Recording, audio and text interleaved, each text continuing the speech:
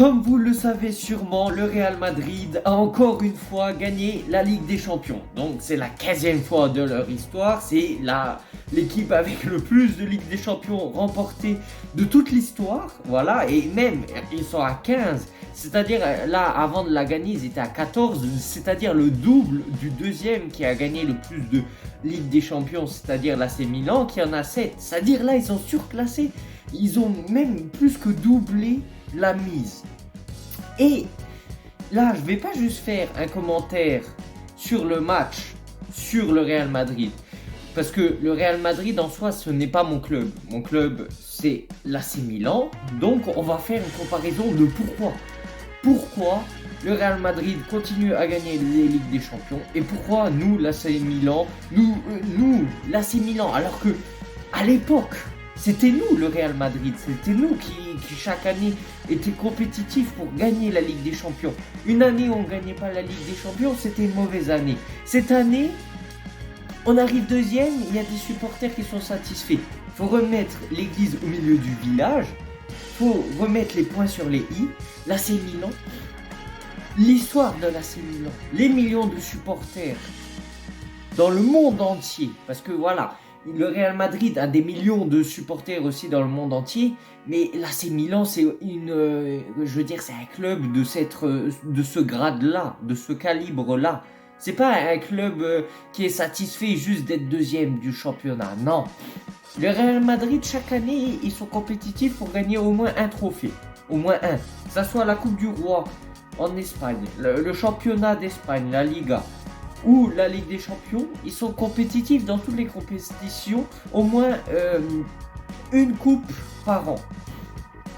Après, ça arrive, on ne peut pas toujours gagner. Il y a des coups de mou, il y a des périodes où on est moins bon, c'est normal. Là, on a vécu notre pire, nos périodes sombres, on va dire, entre, 2012-2013 jusqu'en 2020. C'était les périodes sombres, on n'allait plus en Ligue des Champions, on n'allait plus en Ligue Europa. Et encore, notre maison, c'est la Ligue des Champions, pas la Ligue Europa. À l'époque, quelques années en arrière, on était satisfait avec Stefano Pioli parce qu'on se qualifiait en Ligue Europa. Après, voilà, t'es descendu très bas, il faut remonter la pente étape par étape. Donc là, on a surmonté les étapes. Europa League en passant les barrages contre un club portugais, je me souviens plus lequel, au penalty, les penalties les plus longs de toute ma vie. Après, on se qualifie en Ligue des Champions, on gagne le Scudetto, on se maintient en Ligue des Champions, même si saison dernière, comme je disais, on aurait dû finir 5e, mais la Juventus s'est fait éliminer, du coup voilà, on avait fait un pas en arrière. Et là, cette année, on est en Ligue des Champions, on est deuxième du championnat à 20 points de l'Inter. Ok. Donc, quelle est la différence entre le Real Madrid, qui chaque année sont compétitifs pour gagner la Ligue des Champions, et l'AC Milan, qui sont satisfaits, qui se satisfont, je sais plus parler, de la deuxième place.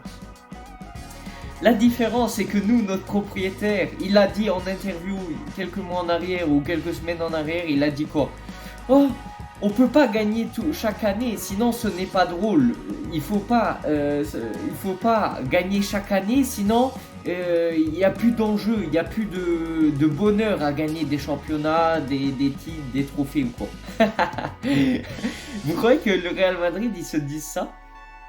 Nous, après un Scudetto, on achète qui ? Charles de Ketelaere. On achète qui ? Florenzi, on enlève l'option d'achat. On achète qui ? On achète Junior Messias. On achète Bakayoko. Et eux, le Real Madrid, après avoir gagné la Ligue des Champions, alors qu'ils en ont 15, ils achètent qui ? Ils achètent Mbappé. Faut remettre l'église au milieu du village. On n'a pas le même budget que le Real Madrid. Sauf que eux, la différence que nous on n'a pas, c'est que son propriétaire, Florentino Pérez, il a envie de gagner, il a envie de tout rafler sur le passage. C'est pas juste une question de budget, c'est une question de vouloir. Même avec le même budget que l'AC Milan, je suis sûr le Real Madrid, il continuerait à gagner des Ligues des Champions, à gagner des titres. Mais parce que eux, ils ont envie de gagner, alors que notre propriétaire, Juste le principal, c'est de rentrer dans les 4 premières places. Enfin, maintenant, c'est 5 premières places pour gagner, enfin, pour rentrer en Ligue des Champions parce que c'est leur source de revenus. Mais sinon, investir un peu plus pour gagner le Scudetto, hein, je vois pas trop les avantages. Ben, tu viens à l'AC Milan, tu te présentes, tu dis ouais, moi je suis un gars qui a l'esprit compétiteur, j'ai envie de tout gagner, j'ai envie de rapporter l'AC Milan au sommet de l'Europe. J'ai envie de gagner une Ligue des Champions avec l'AC Milan, alors qu'il sait même pas comment on construit une équipe pour gagner la Ligue des Champions, mais c'est certainement pas comment lui il le fait qu'on va le faire. Parce que déjà, tous les supporters contestent contre lui, contre la société, contre le propriétaire, contre la venue d'un entraîneur médiocre, et lui il en a rien à cirer. Lui il veut mettre Fonseca.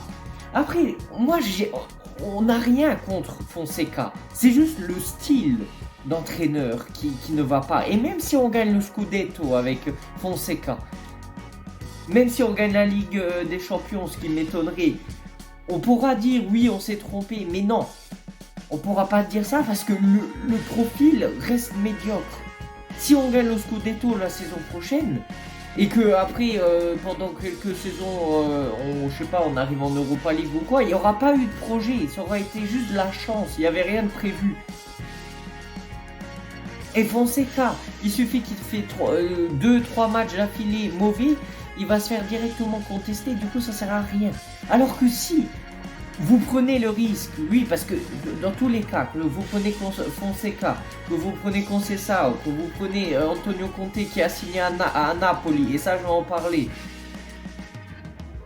Dans tous les cas, il y a des risques. Sauf que vous avez plus de chances d'avoir un retour sur investissement si vous prenez Antonio Conte. D'ailleurs, Antonio Conte qui va où? À Napoli. Napoli qu'ils ont fini quoi? 10e du championnat.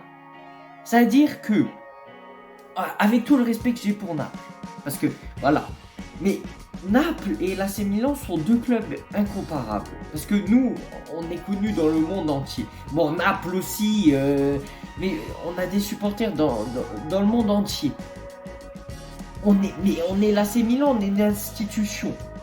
Sauf que Naples, voilà, c'est un bon club, mais c'est pas une des meilleures équipes au monde, alors que l'AC Milan, je parle pas en termes de niveau actuel, mais je parle en termes de grandeur, des supporters, du palmarès. L'AC Milan, c'est un des plus grands clubs au monde après le Real Madrid. Ok? Mais le Napoli, c'est même pas dans le top 10 des meilleurs clubs au monde. C'est ça que je veux dire. Et nous, on se contente de prendre un Fonseca, alors qu'il y avait un Antonio Conte de disponible qui t'assurait au moins d'être compétitif pour gagner le Scudetto. Et non, toi tu prends Fonseca en sachant même pas, il te donne même pas de garantie. Et ça c'est grave parce que on vient se réduire plus bas que le niveau de Napoli. Alors qu'ils ont fini 10e, ils vont même pas jouer les compétitions européennes. Et eux, ils arrivent à se permettre de prendre Antonio Conte, pourquoi 7 millions de salaire. Alors que le président De Laurentiis de Napoli, c'est le plus grand napolitain qu'il peut y avoir, enfin dans le sens où c'est un supporter napolitain, et il est anti-Juventus. Et que Antonio Conte, il a fait sa carrière en tant que joueur, en tant qu'entraîneur à la Juventus. Donc, ils sont prêts à mettre les rivalités de côté pour prendre Antonio Conte pour s'assurer d'être compétitif la saison prochaine. Parce qu'ils ont fait des erreurs en prenant Rudy Garcia. Et voilà, après la saison, elle s'est mal déroulée. Mais vous vous rendez compte que Napoli est plus ambitieux que l'AC Milan. ça fait peur, hein, ça fait peur. Du coup, voilà, le Real Madrid gagne une Ligue des Champions, même si en première mi-temps ils se font dominer, on va dire ça comme ça. Après, Dortmund a eu ses chances, il ne les a pas exploitées. C'est comme ça fait partie du jeu. Quand on te donne des opportunités de marquer et tu ne prends pas ces opportunités, tu te fais toujours, tu le payes toujours. Enfin bref, dites-moi ce que vous en pensez dans les commentaires, si vous êtes d'accord avec moi. Si notre propriétaire n'est pas du tout ambitieux, pour moi c'est ce que je pense, mais en tout cas voilà, on se retrouve pour une prochaine vidéo. Sur ce, ciao ciao. Wake up, today's gonna be a good day. Wake up, today's gonna be a good day. Wake up, today's gonna be a good day. Wake up, today's gonna be a good day. Wake up, today's gonna be a good day.